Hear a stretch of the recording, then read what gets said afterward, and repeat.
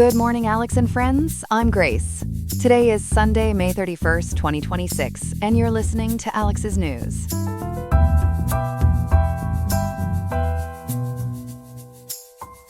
In Riverside today, the temperature will reach a high of 86.6 degrees and fall to a low of 58.9 degrees.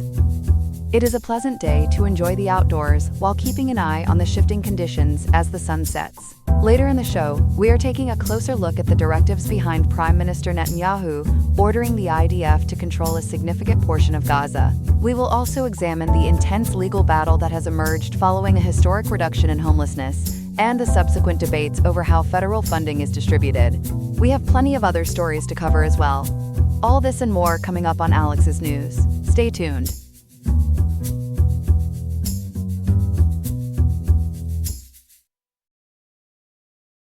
We're starting this morning with a major escalation in the Middle East. Prime Minister Benjamin Netanyahu has ordered the IDF to expand military control to 70% of the Gaza Strip.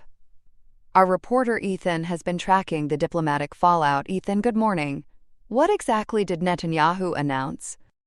Good morning, Grace. According to the Times of Israel and The Guardian, Netanyahu confirmed this directive in a series of public remarks between May 28th and May 30th, including a seminar in the Jordan Valley.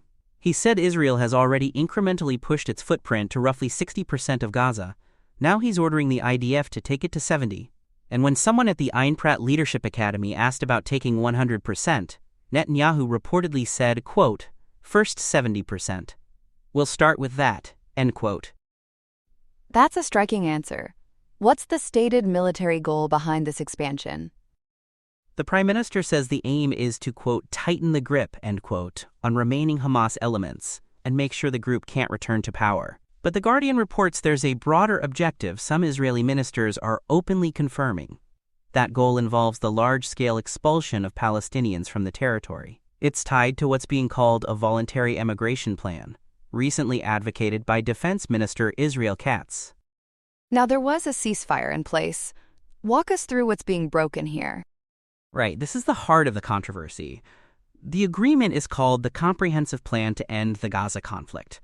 It's a U.S. brokered deal signed on October 9th, 2025, just under 8 months ago.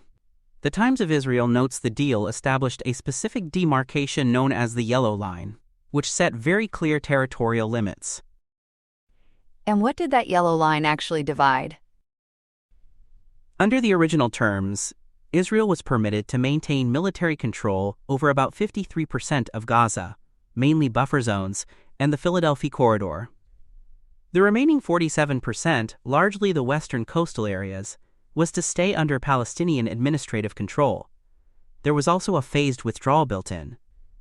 Phase 2 was supposed to begin in early 2026 and mandate a progressive IDF withdrawal so a transitional Palestinian technocratic government could take over civil administration. So if there's a signed deal, how is Israel justifying going past those limits? This is where it gets legally complicated. The Newsline and follow-up investigations by Gemini Pro indicate the Trump-appointed Board of Peace, led by High Representative Nikolai Mladenov, has identified Hamas as the principal obstacle to the peace process. The board set an April 2026 deadline for Hamas to begin a 15-point disarmament roadmap. Hamas refused, arguing disarmament had to be reciprocal with a total Israeli withdrawal. And what happened after Hamas refused? In early May 2026, just weeks ago, a leaked letter from Mladenov and U.S. official Aria Lightstone warned that Hamas's refusal constituted a, quote, "material breach," end quote. That phrase matters legally. It rendered the agreement's territorial restrictions on Israel, quote, "null and void," end quote. So while the Palestinian Authority and the UN argue Israel is unilaterally annexing land, the Board of Peace has stayed silent on Netanyahu's 70% order. That silence effectively lets the null and void logic act as a legal shield. Let's get to the operations on the ground. What's the IDF actually doing right now? Military analysts are describing it as the three fingers strategy. The first piece is the Netzarim corridor, a 6.5-kilometer road cutting Gaza in half and separating Gaza City from the south. The second is the Philadelphia corridor, a permanent military presence along the 14-kilometer border with Egypt. The third is the perimeter buffer zone, which involves systematic demolition of buildings within 1 kilometer of the Israeli border. Are there visible signs of new territory being taken? Yes. The Guardian and the Times of Israel report the IDF has recently moved yellow concrete barriers and established 7 new fortified outposts westward into areas previously designated for Palestinian control. There have also been high-profile operations throughout May. That includes the assassination of Mohammed Odeh, the leader of Hamas's military wing. So this is both a territorial and a targeted military push happening simultaneously. Now the human cost. What are aid groups reporting? It's staggering, Grace. UNICEF and the Times of Israel report that pushing military control to 70% will force Gaza's 2.2 million residents into less than 30% of the land. UNICEF describes it as an area of, quote, unlivable density, end quote. UNICEF spokesman Salim Owais called the health crisis dire, particularly for children. What specifically are children facing in those conditions? The conditions are almost hard to describe. Families are sheltering in rubble and mounting solid waste with no space left to clear it. More than half of all households report skin diseases, including scabies, lice, and fleas. There's also a surge in acute watery diarrhea and respiratory infections. And there are numerous reports of rats biting babies in overcrowded shelters.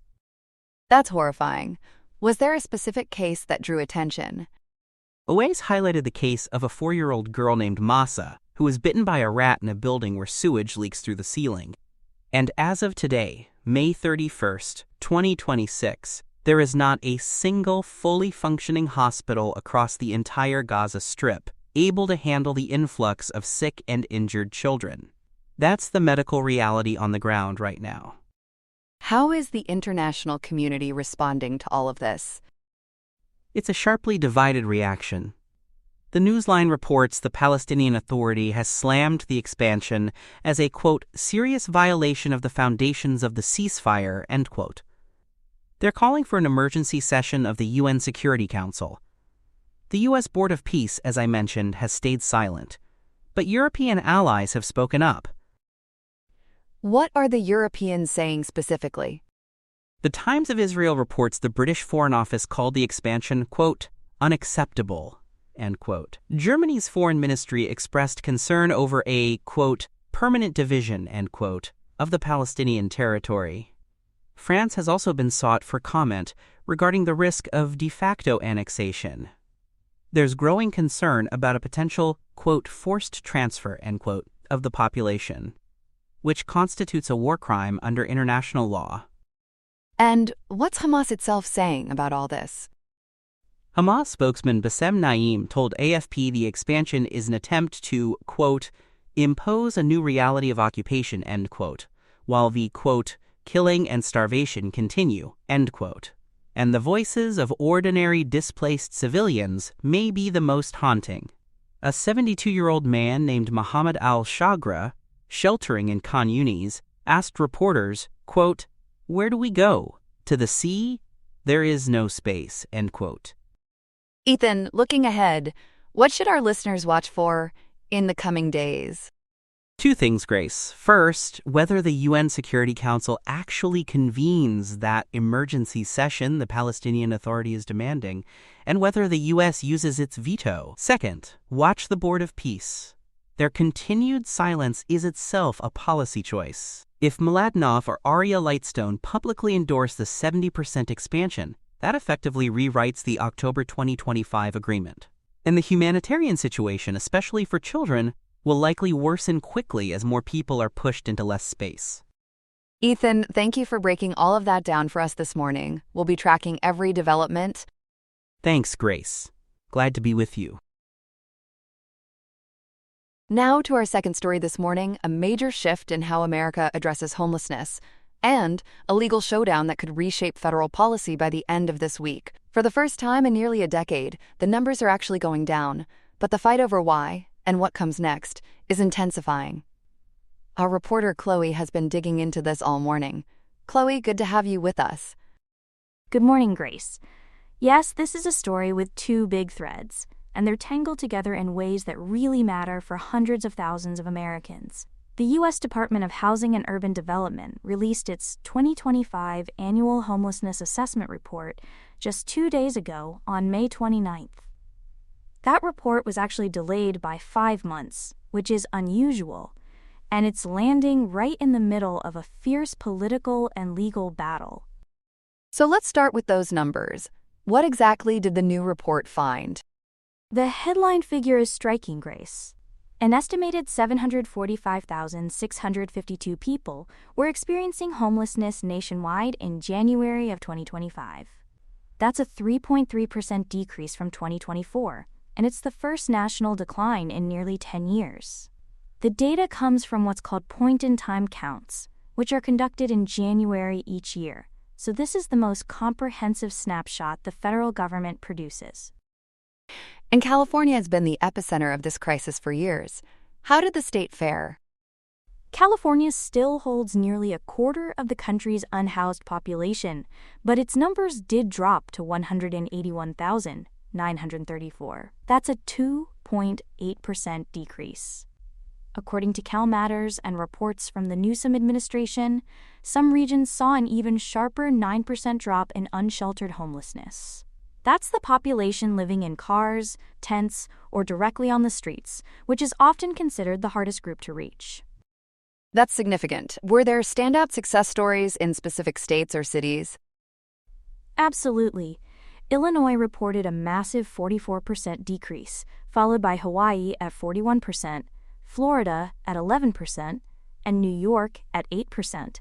And in California, 17 communities reported significant drops in what's called chronic homelessness. Los Angeles County specifically reported 2,394 fewer chronically homeless people. LAist and local officials attribute that to coordinated entry systems and new permanent housing units funded during the Biden administration. So if the numbers are improving, where's the controversy? The controversy is really about who gets credit and what direction policy should take from here. HUD Secretary Scott Turner downplayed the one-year decrease entirely. He pointed instead to the fact that homelessness has surged 27% since 2013, which is the year the federal government officially adopted what's known as the Housing First model. That model prioritizes moving people into permanent housing without preconditions like sobriety. And Turner wants to move away from that approach, correct? Exactly. Turner said, quote, "The status quo of housing first has failed," end quote, and announced HUD is restoring programs focused on recovery and self-sufficiency. But the National Homelessness Law Center and the National Alliance to End Homelessness push back hard on that framing. They argue the 2025 decrease is the direct result of Biden-era investments finally bearing fruit, things like the American Rescue Plan and emergency housing vouchers. In their view, the administration is trying to dismantle the very systems driving these reductions. There's also been some controversy about how HUD described the cause of the decline. What happened there? This is one of the most contested pieces, Grace. In the press release accompanying the report, HUD attributed the national decline to, quote, "decreases in sanctuary cities," end quote, and stricter immigration enforcement. But here's the thing. As noted by both CalMatters and Notice, the 100-page report itself never mentions sanctuary cities. Not once. So the press release and the underlying data are telling different stories. That's a pretty big disconnect. What do critics say about the immigration claim specifically? Critics point to several empirical gaps. First, the point-in-time count doesn't track citizenship or immigration status at all, so it's statistically difficult to link the decline directly to immigration policy. Second, the chronically homeless classification requires a documented disability and 12 months of continuous homelessness. Recent asylum seekers simply don't meet those criteria, so the drops in chronic homelessness in California and Los Angeles can't really be tied to a migrant crackdown. New York and Chicago officials did note that shelter stay limits for migrants affected their counts, but advocates argue those individuals were often pushed into doubled-up or informal housing, not actually housed.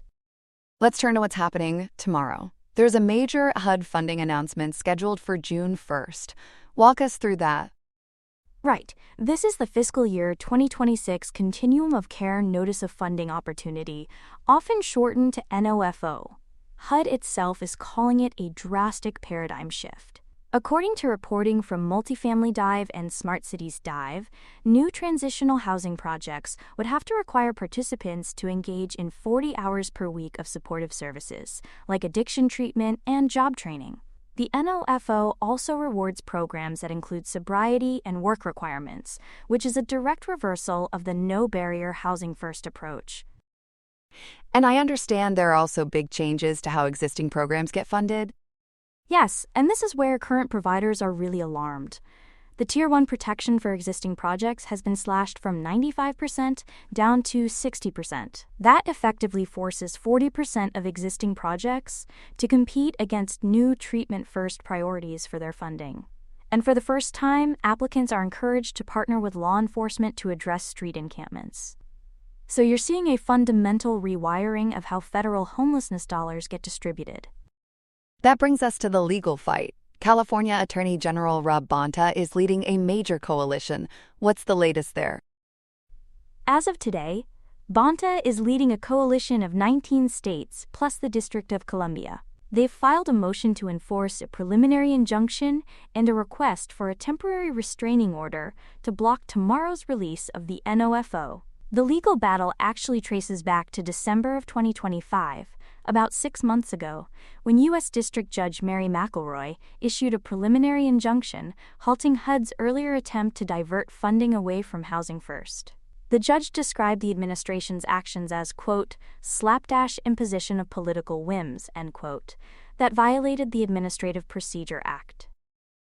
So if there's already an injunction in place, how is the administration moving forward at all? That's the key legal question, Grace. The Trump administration actually dropped its appeal of that injunction back in April, but it's now arguing that the 2026 NOFO is a, quote, new, distinct annual competition, end quote, which would bypass the court's order. The Bonta coalition disagrees and calls the 2026 NOFO a, quote, substantive twin, end quote, of the blocked 2025 policy. They warn it would cause catastrophic harm to the 170,000 residents currently in permanent supportive housing. And there's a critical hearing coming up almost immediately. When is that? A hearing for summary judgment is scheduled for June 2nd, which is just 2 days from today. That hearing will likely determine the permanent legality of the administration's policy shift. As of this morning, no new temporary restraining order has been granted, but the original injunction from Judge McElroy remains in effect. So technically, the treatment-first mandates are unenforceable for now, but that could all change very quickly depending on what the judge decides. So where does this leave the broader picture as we head into tomorrow? It leaves us at a real crossroads, Grace. The 2025 report shows homelessness is finally trending downward, but the methods to maintain that progress are in serious dispute. The National Alliance to End Homelessness emphasizes that this count reflects the peak performance of multi-year federal investments reaching maturity. Meanwhile, the Trump administration is moving ahead with a treatment-first model that's been scrubbed of gender identity data and focused on temporary shelter and recovery. With that court hearing set for June 2nd, the future of $4.4 billion in federal homelessness funding really does hang in the balance. A lot to watch in the next 48 hours. Chloe, thank you for breaking all of that down for us this morning. Thanks for having me, Grace. Here are some other headlines. NATO is not just winging it, after a Russian Garantu drone made an uninvited house call in Galati, Romania, early Friday morning. This buzzing intruder, which took a wrong turn during an overnight assault on infrastructure in Odessa, struck a residential building and injured a 53-year-old woman and a 14-year-old boy. Romanian President Nicos Ordan isn't just looking for an apology. He has convened an emergency session and declared the Russian consul general in Constanta persona non grata, effectively shuttering the consulate. While the military tracked the craft and scrambled 2 F-16 jets, they decided not to pull the trigger to avoid showering the port city with unwanted debris. NATO Secretary General Mark Rutte says the alliance stands ready to defend every inch of territory, though for now they are pursuing Article 4 consultations rather than pushing the collective panic button of Article 5. With this being the first time a Russian drone has hit a home on NATO soil since the 2022 invasion, the European Commission is drafting a 21st package of sanctions to ensure the message hits home. Moving to the Far East, China's manufacturing sector seems to be stuck in neutral. The Purchasing Managers Index hit exactly 50.0 in May, down from 50.3 in April, landing right on the edge of economic stagnation. While high-tech gear and equipment manufacturing are still firing on all cylinders with readings above 52, export orders have taken a dip to 48.6 as domestic demand softens. Logistics issues in the Middle East have thrown a wrench in the works, making shipping a real straitjacket situation near the closed Strait of Hormuz. With energy prices rising, China is trying to cook up a recovery that meets its growth target of 4.5 to 5%. Meanwhile, investors are watching the fallout of a recent summit between President Donald Trump and Xi Jinping, which birthed new trade committees to iron out wrinkled tariff disputes. Back at home, the legal battle over airwaves is reaching a high frequency. A district court judge has tuned out Executive Order 14,290, which aimed at ending taxpayer subsidies for what the administration calls biased media. Judge Randolph Moss ruled the order was a bit out of character, calling it unconstitutional viewpoint discrimination. While the permanent injunction protects press freedom, it hasn't restored the $1.1 billion that Congress previously rescinded, leaving the public media landscape quite barren after the Corporation for Public Broadcasting dissolved in January. NPR and PBS are hailing the decision as a hit, but the Justice Department is preparing an appeal, claiming the ruling is an act of judicial overreach. The curtains are also being drawn on an attempt to rename the John F. Kennedy Center for the Performing Arts. A federal judge ruled that the board didn't have the stage presence to add President Trump's name to the building, noting that only Congress can change the 1964 statute. The judge also put a spotlight on a planned $257 million renovation, blocking the 2-year closure scheduled for July. Representative Joyce Beatty took center stage in this legal victory, and while the president may cede control to Congress, the center's staff are currently dealing with a very messy intermission. Finally, the Treasury is looking to make some big change. Secretary Scott Bessent confirmed mock-ups for a new $250 bill, featuring President Trump for the country's semi-quincentennial. This currency curveball would require a special act of Congress to bypass an 1866 law that keeps living faces off our money. While some say this would make carrying large sums 60% lighter, financial experts worry it will help illicit funds flow more easily. One printing director was even reassigned after refusing to buy into the project, proving that when it comes to new money, not everyone is on the same page. That's all we have for now. Today's episode was made by Alexander King with Claude Opus 4.6, Gemini Pro 3.1, Gemini Flash 3, and Google Cloud Text-to-Speech. I hope you have a great day. I'll see you tomorrow, Alex.